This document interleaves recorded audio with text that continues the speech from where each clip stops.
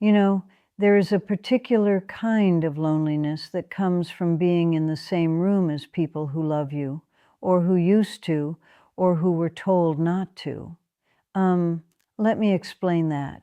I have 3 grandchildren. Emma, she is 23 now. Jacob, he is 21. And little Sophie.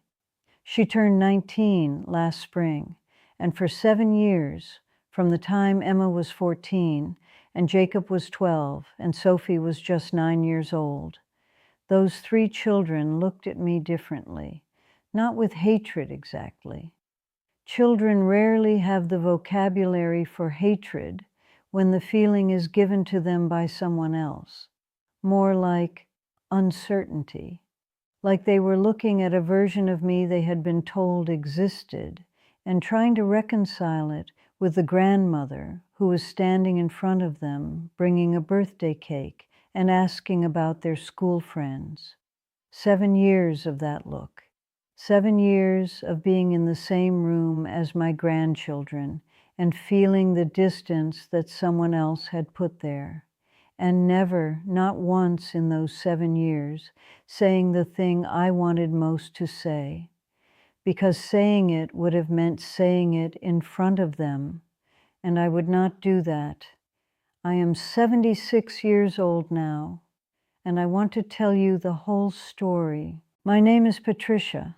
I am 76 years old, and before I tell you what Sandra did, I need to tell you who I was, because I think that matters.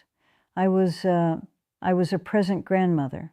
That is the simplest way to say it. When Emma was born, I was 53 years old, still working, still very much in the middle of my own life. But the moment that baby was placed in my arms, I understood something I had not fully understood before. This is the most important thing. I was there for the first steps. I was there for the first day of school. I was there for the fevers and the nightmares and the Christmas mornings and the ordinary Tuesday afternoons that are somehow the ones you remember most. When Jacob came 2 years later and Sophie 3 years after that, I loved each of them with the specific love that only grandparents understand. The love without the exhaustion, the love without the worry about whether you are doing it right.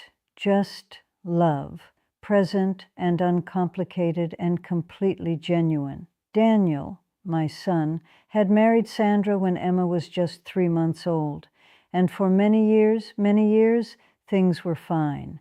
Sandra was not warm exactly, but she was not unkind. She had a specific quality that I noticed early and chose not to examine too closely, a need to be the most important person in any room, a slight tightening around her eyes when attention went to someone else, an ability to reframe events so that she was always at the center of them. I noticed it. I chose to believe it was harmless. That was my mistake. Daniel and Sandra's marriage began to struggle when Emma was about 12. I won't go into the details of that because they belong to Daniel, not to me, and he has asked me to respect that. But the marriage was in difficulty, serious difficulty, and something happened in Sandra, or perhaps something that had always been there was simply given permission to come forward. She began, and I am telling you this slowly and deliberately because I want you to understand exactly how this works. She began telling the children things about me. Not dramatic accusations, not your grandmother is a criminal or your grandmother is dangerous. Something much more effective than that. Quiet things, whispered things. Your grandmother always criticized how I raised you. Your grandmother never thought I was good enough for your father. Do you remember that Christmas? Your grandmother said something very hurtful that day. I haven't told you because I didn't want to worry you. Small seeds, planted carefully, into the minds of children who loved their mother and had no reason to doubt her, and who were 12 and 10 and 7, and who didn't have the tools yet to question what they were being given. I didn't know at first. Children are remarkable at hiding what they have been told to hide, at maintaining the appearance of normality while something has shifted underneath. The first sign was so small, I almost missed it. Emma, at 14, pulled back slightly when I reached to hug her.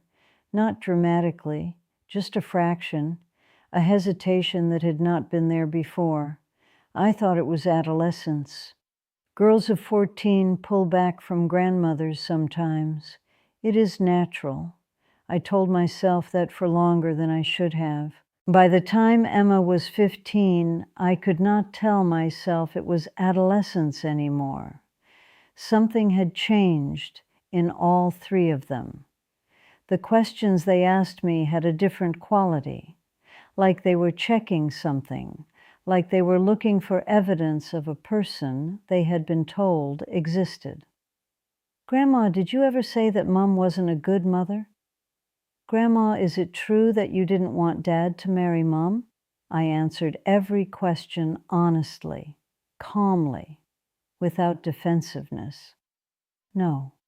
I never said your mother wasn't a good mother. I have always respected how hard she works for you." "No. I was glad when your father found someone he loved. I wanted that for him, but the questions themselves told me everything. Someone was feeding them to the children. Someone was curating a version of me and delivering it in pieces. And I knew who. I want to tell you what those 7 years were like, not to make you feel sorry for me, but because I think it is important to be honest about what this kind of thing actually costs. Christmas mornings that should have been full of the noise of grandchildren became careful performances, everyone trying, everyone managing, the hugs slightly shorter than they used to be, the eye contact slightly less than it used to be, birthday parties where I sat at the edges of photographs that I used to be at the center of, school events where I could see the children register my presence with something that was not quite discomfort, but was not quite ease either. And the thing that was harder than all of that, was watching little Sophie, who had been 9 when this started, who had been so young that whatever Sandra told her became simply the truth about the world. Sophie, who had not had the years of genuine relationship with me that Emma and Jacob had built before the seeds were planted, who looked at me with the specific uncertainty of someone who has been told to be uncertain and has never had enough of their own experience to question it.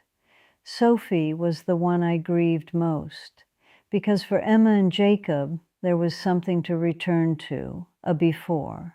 Memories that existed before the version of me Sandra had created. For Sophie, I was never entirely sure there was a before to return to. I need to tell you what I chose not to do, because I think this is as important as what I did. I did not confront Sandra directly.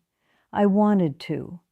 There were moments, at family gatherings, watching Sandra handle the children's questions, catching the slight satisfied quality in her expression when she saw the distance between me and her children, when the desire to say something was almost physical.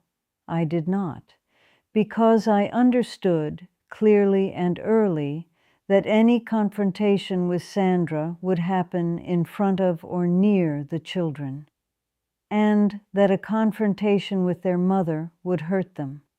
And I would not hurt them to defend myself. I did not tell Daniel the full extent of what I believed was happening, not because I didn't trust him, but because Daniel was inside the marriage, was trying to hold something together that was already failing, was doing his best to protect his children from the worst of what was happening between him and Sandra. Adding my suspicions to what he was already carrying felt like one weight too many, and I did not tell the grandchildren what I believed their mother was doing. This was the hardest decision, because part of me wanted to sit with Emma, who was 17 by then and certainly old enough to understand, and tell her exactly what I believed was happening. But I have been alive for 76 years, and I know something about children and parents that I wish I didn't have to know. You cannot speak against a child's parent without becoming the person who spoke against their parent, even if every word you say is true. Even if they know every word you say is true, you become the person who said it. And I would not become that person. So I did the only thing I could do. I showed up. Every Christmas, every birthday, every school event. I showed up. I brought the cake. I asked about the school friends. I sat at the edge of the photograph and smiled. And I waited. Daniel and Sandra divorced when Emma was 18. It was not a gentle divorce. I don't know that there is such a thing, but this one was particularly difficult. And in the aftermath of the divorce, something shifted, not immediately, not dramatically, but the structure that had kept Sandra's version of me in place, the daily proximity to the children, the ability to manage what they heard and believed, that structure changed. The children were older now. Emma was in university. Jacob was finishing school. Sophie was 15 and beginning the specific work of adolescence that involves questioning everything you have been told. And the seeds Sandra had planted, which had grown in the controlled environment of Sandra's daily presence, began to be tested against reality in a way they hadn't been before. Emma began calling me occasionally, not about anything significant at first. Small things, how to make a recipe, what to do about a situation with a friend. But the calls were coming from her, not arranged by anyone, not managed, just Emma calling her grandmother because she wanted to. And I answered each call as I had always shown up, just present, just myself, just her grandmother. I did not use those calls to say anything about Sandra, not one word. I was patient, and I waited. Emma turned 21 in the spring, and 2 weeks after her birthday, she called and asked if she could come for coffee, just the two of us, and something in her voice told me this was different from the recipe calls. This was deliberate. She came on a Saturday morning. I made the coffee she had loved since she was small, too much milk, 1 sugar, and we sat at my kitchen table. And she looked at me for a moment, and then she said, "Grandma, I need to ask you something, and I need you to be completely honest with me." And I said, "I have always been completely honest with you." And she said, "I know, that's why I'm here."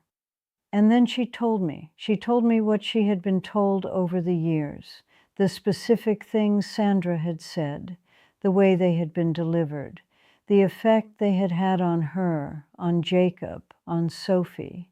And she told me that over the past 2 years, since she had been at university, since she had been away from her mother's daily influence, since she had been living in the world as an adult, things had not added up.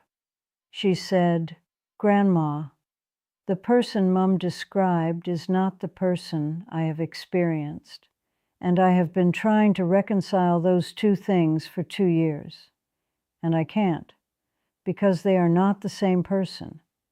And I sat with that for a moment, and then I told her the truth, not about Sandra, about me.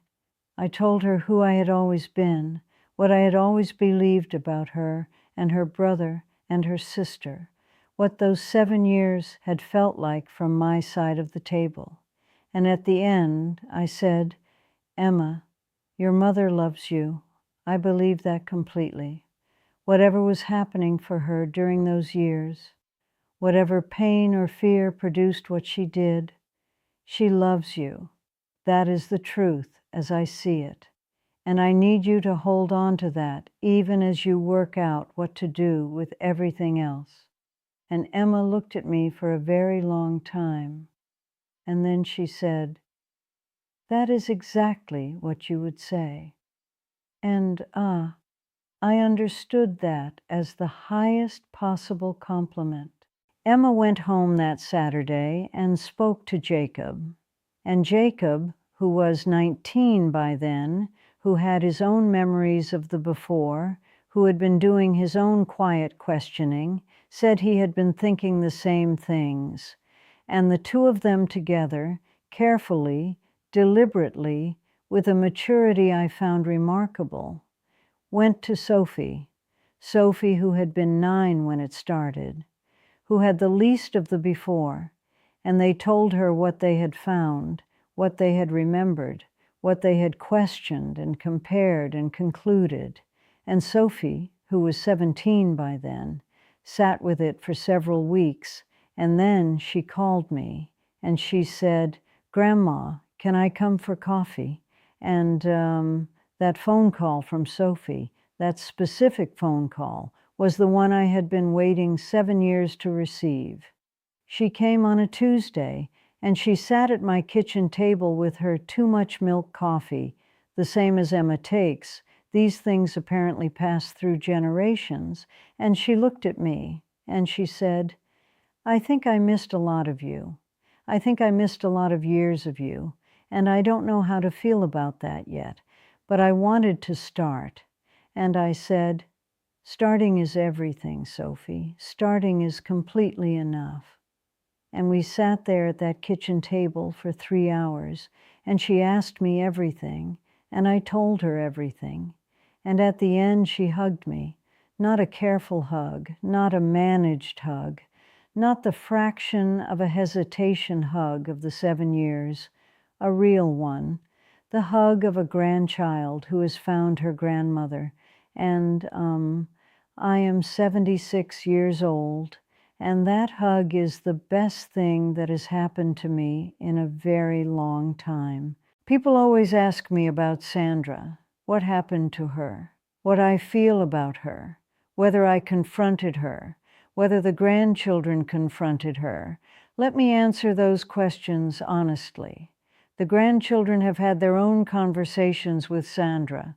Those conversations are theirs. They belong to them and to her, and I have stayed completely out of them. That is not my story to tell. What I feel about Sandra is complicated. I am not going to tell you I have forgiven her completely and I feel nothing but compassion. That would not be true. What I will tell you is this. I believe Sandra was in pain during those years. I believe her marriage was failing, and she was frightened, and she did something that people in pain sometimes do. She tried to control the narrative. She tried to make sure that if everything else was falling apart, she would at least be the good one, the right one, the one the children would choose. I understand the impulse, even though I cannot excuse the action. What she did cost me 7 years of my grandchildren's lives, and it cost them something too, not just with me, but in themselves, because children who are given false information about the people who love them don't just lose the relationship. They lose a piece of their ability to trust their own perception of the world. And that is the cost I find hardest to think about. Not what it cost me, what it cost them. So what do I want you to understand from all of this? 3 things, the 3 that matter most. Lesson 1, the truth does not need your help. It needs your patience. I wanted to fight Sandra's version of me. Every instinct I had said fight it, correct it, make the record straight.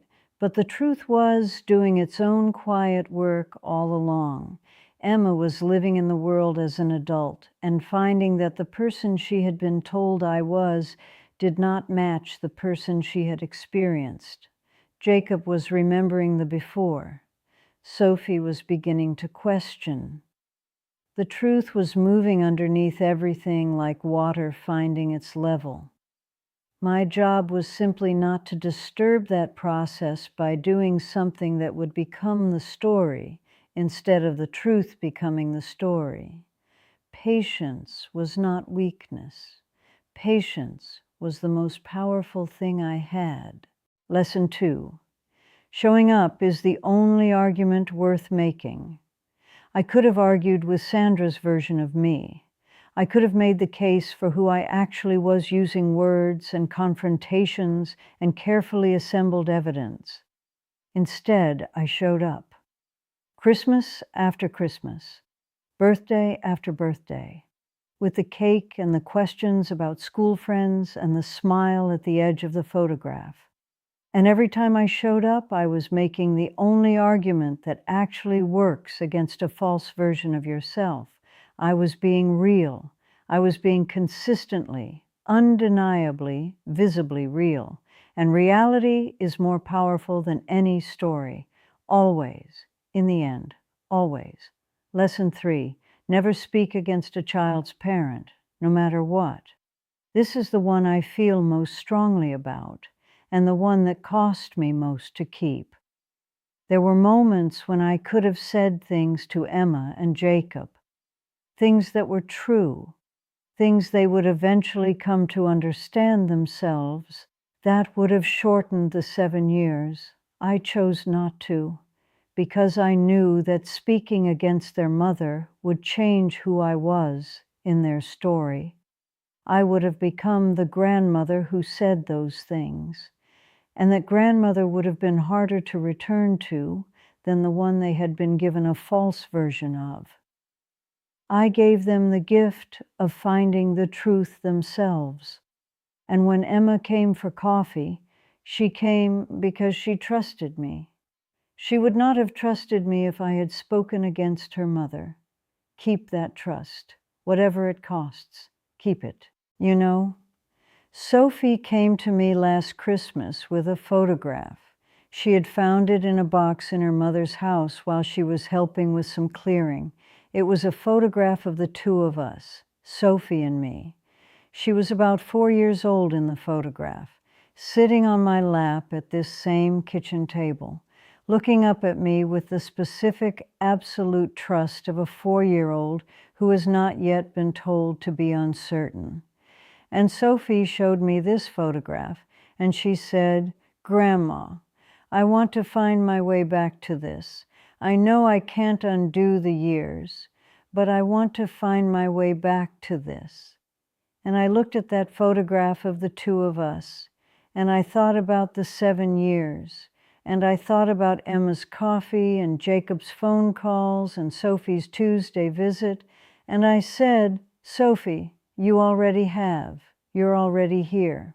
And she looked at me, and she smiled, and some things take 7 years to come back, and when they come back, they are different from before.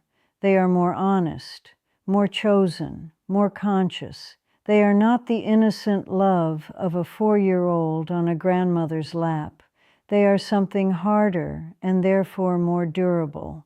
The love of people who know the full story and choose each other anyway. If you are in the middle of something like this right now, if someone has put distance between you and people you love, if you are sitting at the edge of photographs you used to be the center of, I want you to hear this. Show up. Every Christmas, every birthday, every ordinary Tuesday. Show up with the cake. Ask about the school friends. Smile at the edge of the photograph. And trust the truth to do its work.